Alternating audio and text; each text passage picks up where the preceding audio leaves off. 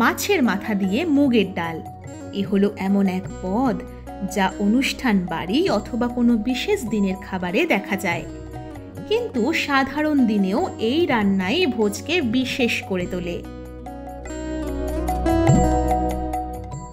প্রথমে মাছের মাথাগুলো লবণ আর হলুদ দিয়ে মাখিয়ে নেব।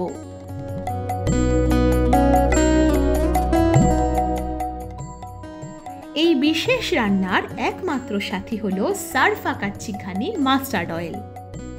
প্রথমে কড়াইতে সরষের তেল গরম করে মাছের মাথাগুলো ভেজে নেব। হ্যাঁ, ঠিক এইভাবেই লাল লাল করে ভেজে নিতে হবে। ভাজা হয়ে গেলে মাথাগুলো আমরা সরিয়ে রাখব। এবার একটা বাটিতে আদা বাটা, জিরে গুঁড়ো, হলুদ গুঁড়ো আর শুকনো লঙ্কার গুঁড়ো নিয়ে একটু জল দিয়ে একটা মিশ্রণ তৈরি করে নেব। ফোড়নের জন্য কড়াইয়ের তেলে দিয়ে দেব শুকনো লঙ্কা আর তেজপাতা। এগুলো অল্প ভেজে দিয়ে দিচ্ছি এলাচ, লবঙ্গ আর দারচিনি। তারপর গোটা জিরে দিয়ে তারা তেলের মধ্যে শব্দ শুরু করলেই দিয়ে দেব পেঁয়াজ কুচি।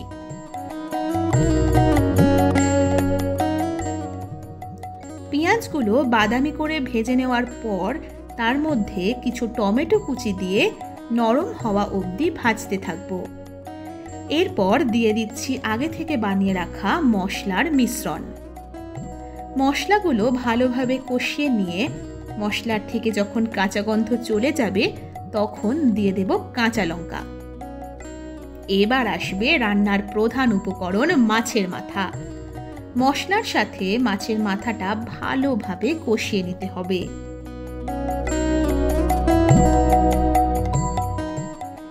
কষানো হয়ে গেলে দিয়ে দেব সিদ্ধ করা মুগ ডাল। সমস্ত উপাদান ভালো করে মিশিয়ে ঢাকা দিয়ে রান্না হতে দেব। রান্না শেষ করব উপর থেকে কিছুটা ঘি আর গরম মশলা ছড়িয়ে দিয়ে। তোমরা চাইলে অল্প ধনেপাতাও ছড়িয়ে নিতে পারো।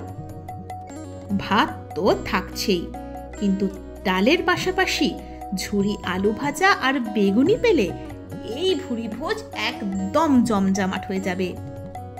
আজ এইটুকুই, দেখা হচ্ছে পরের ভিডিওতে।